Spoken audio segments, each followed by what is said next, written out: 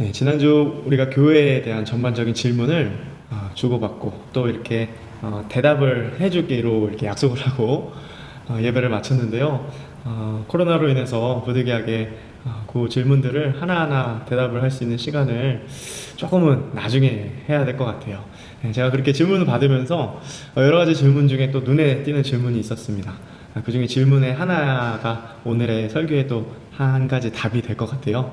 그래서 천주교와 개신교의 차이가 무엇인가요? 라는 질문을 생각 외로 많은 친구들이 해줬던 것을 기억합니다. 네, 여러분들 우리가 한 가지 오해가 있어요. 천주교에 대한 한 가지, 많은 분들이 이 천주교에서 우리 개신교가 이렇게 하나의 독립된 것으로 파생된 거에 지나지 않는다. 그러니까 말하자면 천주교가 전통이고 우리는 거기에 이렇게 프로테스탄트라고 해서 그냥 한 분파쯤으로 여기는 친구들도 많고 그렇게 이야기하는 분들이 참 생각 외로 많았던 것을 많이 느끼게 되는데요. 여러분 그렇지 않아요. 사실은 이 성경과 예수 그리스도를 중심으로 본다면 반대로 안타깝게도 천주교가 사실은 그 전통에서도 밀려나는 셈이 됩니다. 여러분, 교회는 누가 세운 것일까요? 교회는 누가 세운 것일까요? 사람이 세웠습니까? 아니면 하나님이 세우셨습니까? 카톨릭이라는 말은 보편적인 교회를 말합니다. 여러분, 천주교와 카톨릭은 그래서 통상 동일한 의미로 사용되고 있습니다. 우리가 사실은 이 카톨릭이라고 하면 이제 보편적인 교회라고 표현할 때 우리가 카톨릭이라는 말을 쓰는데 사실 좋은 단어예요. 근데 우리가 어떻게 보면 뺏긴 거죠. 네, 천주교가 보면은 이 교회라는 말을 되게 많이 강조하고요. 거기서 특히 전통이라는 것을 많이 앞세웁니다. 그래서 천주교는 믿기로 성경이 우리에게 삶의 바른 방향과 지평을 주는 것보다 그 성경 위에 뭐가 있냐면 교회가 있다고 믿습니다. 그래서 교회가 성경을 해석한다 라는 아주 중요한 주제를 끌고 갑니다. 그래서 이 베드로로부터서 시작돼서 이 사도적인 계승을 되게 강조하죠. 그래서 천주교는 말합니다.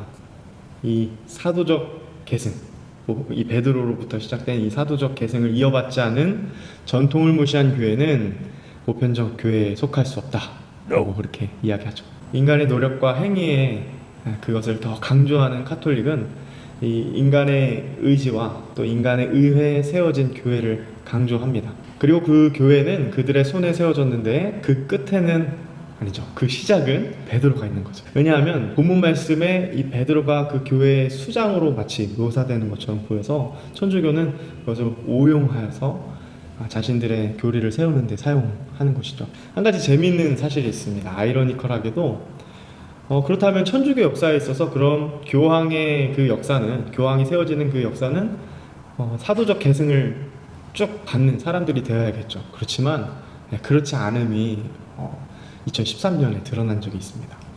2013년 이 제위된 예수회 출신의 이 266대 교황 프란체스코는 말하길 이렇게 얘기했어요. 사실은 이 교황이 되었음에도, 자기 자신이 되었음에도 불구하고 이 교황의 역사는 많은 사람들의 귀족들 그리고 또 돈에 의해서 교황이 되었다라고 그렇게 폭로 아닌 폭로를 하게 되죠. 그래서 이 교황 선출의 부패를 폭로하자 많은 사람들이 충격에 빠졌던 일이 바로 2013년에 있었어요. 이들의 성경 해석의 오용으로 인해서 천주교는 걷잡을 수 없는, 돌이킬 수 없는 길을 지금까지도 가고 있다고 말할 수 있어요. 잘못된 전통을 세워서 이러한 교황 제도에 종속되어서 구원이 마치 그들의 손에 이루어지는 것처럼 지금까지도 그렇게 가르치고 그렇게 믿고 있습니다. 따라서 여러분들, 그러므로 이 천주교와 개신교는 이렇게 제도적으로 볼 때, 또 용어들을 사용하는 것을 볼 때 큰 차이가 없어 보일지 모르지만 이 성경과 예수 그리스도라는 이 큰 주제에서 봤을 때는 아주 돌이킬 수 없는 서로 다른 길을 가고 있다고 해도 전혀 이상한 말이 아니고요. 성경의 해석의 차이가 이렇게 큰 차이를 만들어냈다는 것도 우리가 알 수 있어요. 이 성경을 올바로 해석하는 것, 하나님의 말씀을 우리에게 하나님 말씀하신 대로 해석하는 것이 정말 중요한데 우리는 이것을 타협할 수 없습니다. 그렇기 때문에 천주교와 개신교는 사실은 같은 길을 간 것이 아니라 좀 다른 길을 간다고 우리는 분명하게 이야기할 수 있어야 해요. 여러분 지난주에 줌인과 줌아웃에 대한 개념을 설명하면서 우리 말씀을 볼 때 우리가 같이 훈련을 한 바가 있습니다. 우리가 성경의 통전성이라고 합니다. 이 성경의 통전성은요, 성경을 관통하는 핵심 주제는 결코 흔들리지 않거든요. 하나님의 그 약속과 하나님께서 우리에게 그 약속을 성취하시는 그 말씀의 통전성은 절대 흔들림이 없습니다. 이렇게 줌아웃을 해서 넓게 보았을 때 오늘 본문의 말씀이 어떻게 해석되어질 수 있는지, 어떻게 하면 우리가 바른 신자로서 바른 해석을 할 수 있는지를 오늘 같이 잠깐 살펴보고 우리 마음에 오늘의 말씀을 좀 적용하려고 합니다. 우리 같이 한번 말씀을 살펴볼까요? 네, 18절의 말씀을 한번 보겠습니다. 여러분 18절의 말씀을 보면 얼핏 보면 베드로에게만 특별한 지위와 어떠한 능력을 베푼 것처럼 보일 수 있어요. 하지만 여러분 아까 뭐라 그랬죠? 줌아웃을 했을 때 성경의 통전성을 우리가 같이 고려해서 볼 때 그렇지 않음을 우리가 분명하게 확인할 수 있어요. 하나님께서 이 하나님의 백성에게 한결같이 일관된 패턴이 있습니다. 그것은 뭐냐면 이 사람의 어떠함 때문에 그에게 이러한 복을 먼저 이야기하시는 것이 아니라 하나님께서 그를 정말 은혜로서 먼저 그에게 다가가 주셔서 그 복을 선언하신다는 거 있어요. 그리고 그와 언약을 맺어주신다는 사실이 있습니다. 특별히 이렇게 하나님께서 새로운 이름을 부여하시면서 너는 무엇이다 라고 얘기를 했죠. 오늘은 너는 베드로라 라고 얘기했는데 하나님께서 너는 누구누구다 라고 이렇게 새로운 이름을 부여하시면서 약속을 맺어주셨던 사건이 구약시대에 한번 있었어요. 누군지 기억나실까요? 아브라함이 있었죠. 여러분 하나님께서는 사실 구약시대 때 아브라함을 통해 이미 그 언약을, 그 약속을 맺어주시면서 이렇게 말씀하셨어요. 너가 많은 후대의 민족의 아버지가 될 것이다. 네, 하나님께서는 이미 아브라함에게 하나님의 백성과 관계를 맺으시면서 나는 너의 하나님이 되고 또 너희 후손의 하나님이 될 것이다 라고 이야기를 해주셨거든요. 여러분 그 말씀의 약속의 성취가 사실은 오늘 이 신약성경에 이르러까지 계속해서 이어지는 거라고 말할 수 있어요. 특별히 하나님의 백성 공동체, 이 백성 공동체는 흔들리지 않는 기초석 위에 세워진 반석 공동체였어요. 믿음의 반석 공동체로서 하나님이 흔들리지 않도록 늘 지키시고 늘 그들과 함께 해주시는 믿음의 공동체, 교회라고 하나님께서는 그렇게 불러주시고 그렇게 끝까지 그들과 함께 하실 것을 약속하셨죠. 이 반석이라는 개념과 사실 이 아브라함이 함께 나왔던 본문이 또 다른 본문이 한 군데 더 있어요. 이사야 말씀을 한번 볼까요? 이사야서 51장 1절에서 2절에 보면은 이렇게 나와 있습니다.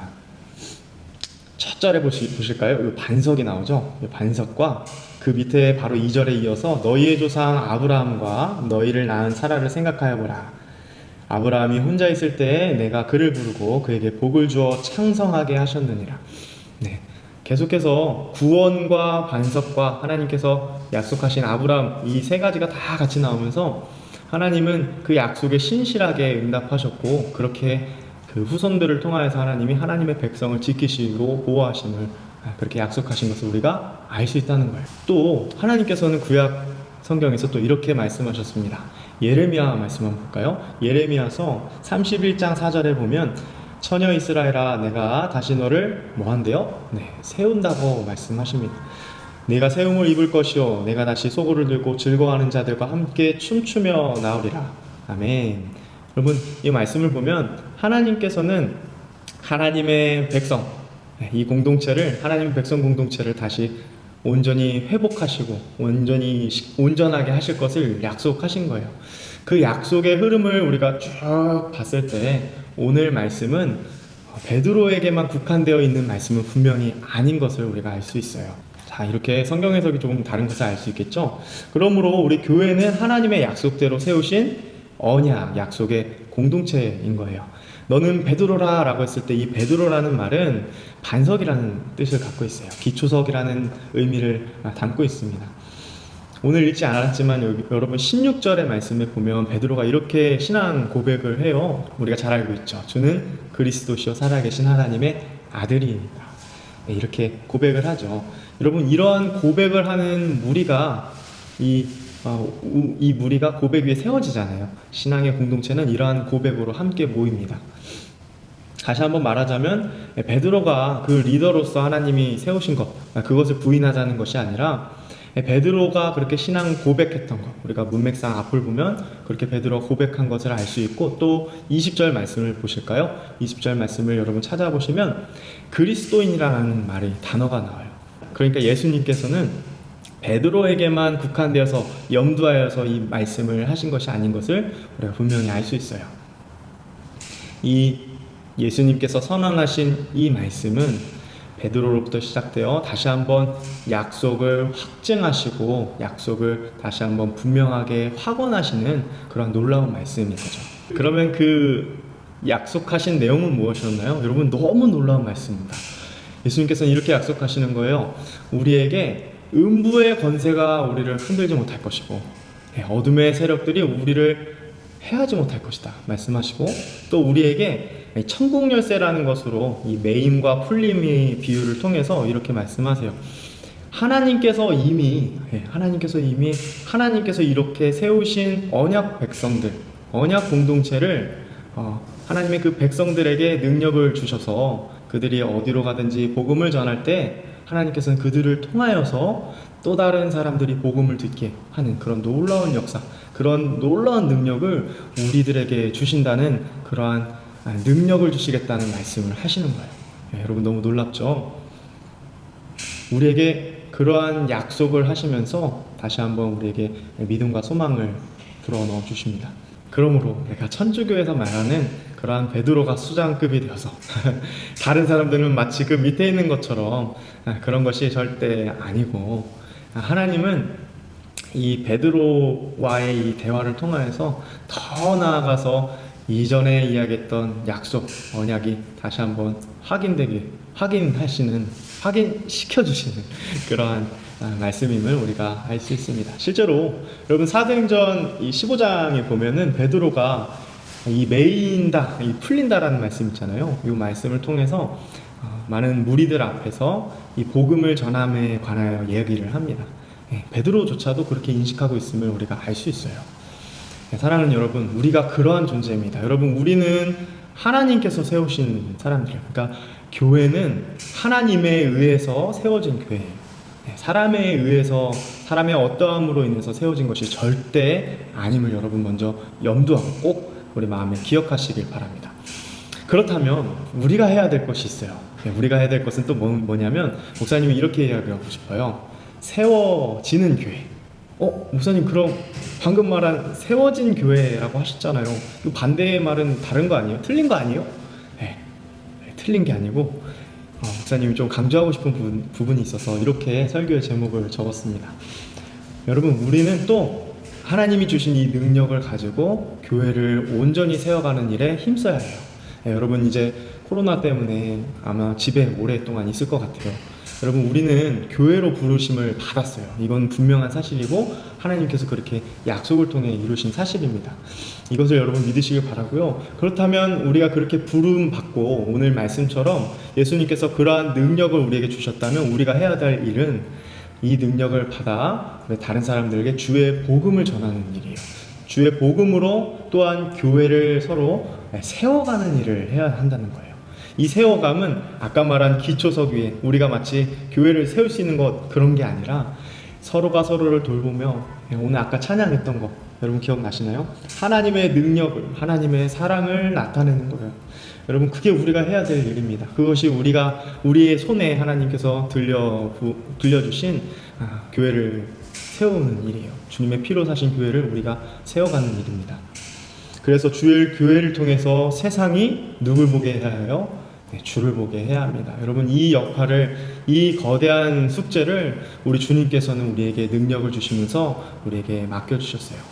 온 유대와 사마리아와 땅끝까지 이르러 주님의 복음을 전하는 것, 주님의 주님 되심을 우리가 증언하는 삶을 살아가는 저와 여러분 되었으면 좋겠습니다. 우리 기도하겠습니다. 하나님, 감사합니다. 하나님, 우리가 정말 세상의 빛으로, 하나님의 편지로 우리를 주님께서 부르셨는데, 우리가 그 부르심에 합당하게 주의 복음을 전하며 주의 복음을 드러내며 살아가는 우리 중등부 친구들 또 제가 되길 간절히 소망합니다. 어디에 있든지 어디에 거할지라도 우리가 주께서 늘 우리와 동행하심을 늘 기억하며 성령 하나님이 우리에게 힘주시고 능력 베풀어 주심을 기억하며 늘 복음에 부끄럽지 않게 살아가는 저희들 될 수 있도록 주님 붙들어 주옵소서.